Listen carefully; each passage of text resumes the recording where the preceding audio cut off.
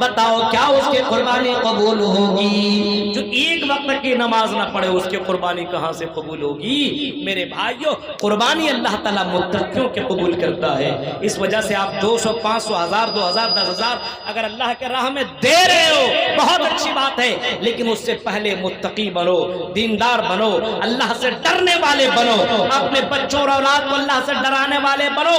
بہت سے لوگ اللہ کے راہ میں دے رہے ہیں، کمانے والا دلی اور بمبئی کماتا ہے اور وہاں سے 500 1000 روپیہ بھیج رہا ہے، لیکن ایک وقت کی وہ نماز نہیں پڑھ رہا۔ آپ نے خانہ کعبہ کا نام سنا ہے؟ جب خانہ کعبہ بننے لگا تو اعلان ہوا اپنے حلال مال اللہ کے راہ میں دو، حرام مال نہیں۔ میرے بھائیوں ذرا تصور کرو، اسلام پورا کا پورا تم سے قربانی مانگتا ہے، پورا کا پورا تم سے قربانی چاہتا ہے۔ کپڑا کیسے پہنو اسلام بتا رہا ہے، کھانا کیسے کھاؤ اسلام بتاتا ہے۔ ان تمام چیزوں کو تمہیں تیاگنا ہوگا۔ اپنی خوشی کے لیے جو چیزیں کر رہے ہو نہیں مانا جائے گا۔ اللہ کو راضی کرنے کے لیے تمہیں وہ کام کرنا پڑے گا جو اللہ تعالیٰ تمہیں حکم دے رہا ہے، وہی کام تمہیں کرنے کی ضرورت ہے۔ تب اللہ رب العالمین کی نظر میں تم پیارے بنو گے، تب اللہ کی نظر میں تم اچھے بنو گے۔ ورنہ میرے بھائیو یہ مت سمجھو کہ صرف ہم مسجد بنا لینے سے اللہ تعالیٰ ہم سے خوش ہو جائے گا۔ مسجد بنا لی اور مسجد بنانے کے بعد چپ چاپ نماز کچھ نہیں۔ ایک دور ایسا آئے گا نا قرب قیامت میں، اللہ کے نبی فرماتے ہیں لا تقوم الساعة حتى يتباهى الناس في المساجد۔ ایک زمانہ ایسا آئے گا، ایک دور ایسا آئے گا، لوگ مسجدیں تو بنائیں گے لیکن مسجد اس وجہ سے بنائیں گے تاکہ لوگ آپس میں دوسرے میں فخر کریں۔ یہ گاؤں والا یا یہ سمجھ لیجئے کہ گاؤں والا دوسرے گاؤں میں یہ فخر کرے گا میری مسجد ایسی، تیری مسجد ویسی، میری مسجد میں تو ماربل لگے ہیں، میری مسجد میں تو اے سی لگا ہے، میری مسجد میں تو بڑا شاندار کام ہوا ہے۔ اپنی اپنی مسجدوں میں فخر کریں گے۔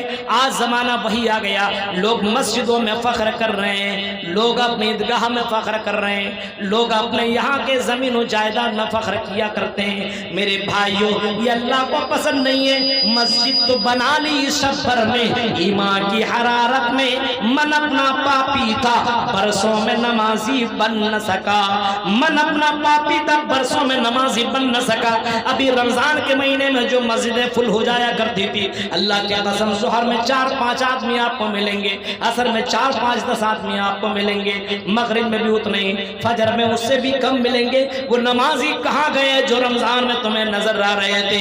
ایک چاند دے کر کے مسجدوں کو تم آباد کر دیتے ہو اور دوسرا چاند دے کر کے مسجدوں کو آپ ویران کر دیا کرتے ہو۔ ہائے رے مسلمان، کیا یہی قربانی ہے؟ کیا اسی کا نام قربانی ہے؟ نہیں نہیں میرے بھائیوں، نبیوں کو دیکھو، حضرت ابراہیم علیہ السلام کی زندگی کو دیکھو۔ حضرت ابراہیم کو اللہ تعالیٰ نے جب قربانی کا حکم دیا اور جھکام کرنے کا اللہ تعالیٰ نے حکم دیا، وہ کام حضرت ابراہیم نے کر کے دکھایا۔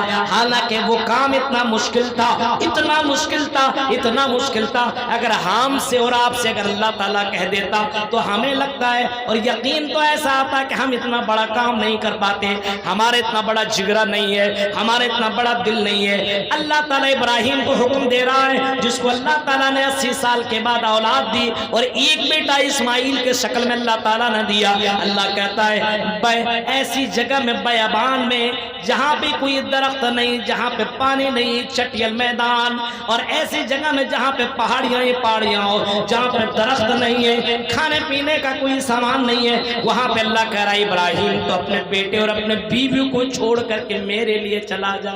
اب بتائیے آپ اپنے بیوی اور بچے کو ایسی جگہ میں، مان لیجئے یہ پٹنہ سمجھ جائیے، وہاں پہ کوئی نہ ہو، پٹنہ جیسی جگہ پہ کوئی نہیں ہے، صرف بیابان، جنگل نہیں ہے، صرف چٹیل میدان ہے، ریگستانی ریگستان ہے، وہاں پہ اپنے بیوی اور بچے کو کون چھوڑ سکتا ہے؟ وہ بھی دودھ پیتا ہوا بچہ کو۔ ہے ہمارے پاس اتنا بڑا دل؟ ارے پورنیہ میں چھوڑ کر کے 1 گھنٹہ کے لیے ادھر ادھر نہیں جائیں گے؟ ہاں، اب اللہ بھی حکم دے، کہہ رہا ہے چھوڑ دو، کوئی نہیں۔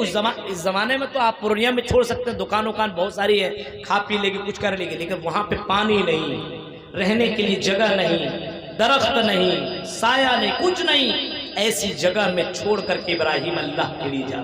کتنی بڑی قربانی ہے، سوچئے بیوی اور بچے کی قربانی دے رہا ہے. اب ایک دوسرا دیکھیے، بڑا بچہ ہو گیا، بڑا کاندھے سے کاندھے ملانے والا 10-12 سال کا ہو گیا، اب اللہ کہہ رہا ہے اس کے اوپر تم چھری چلا دو. اب باپ اپنے بیٹے سے پوچھ رہا، بیٹا چھری چلانے کا حکم ہے، قربانی کرنے کا کیا کروں؟ بیٹا کہتا ہے کہ اے ابو جو حکم دیا ہے اس کو کر گزریے، کر گزریے. اگر آج کے دور میں اگر ایسا مسئلہ ہوتا اور بیٹا باپ سے پوچھتا یا باپ بیٹے سے پوچھتا، بیٹا میں نے خواب میں دیکھا تمہیں میں ذبح کروں گا، تو بیٹا کیا جواب دیتا؟ مجھے آپ ذبح کریں گے؟ چھری لائیے، میں ہی آپ کو ذبح کروں گا. الٹی گنگا بہہ رہی ہے آج، فرما برداری نہیں ہے.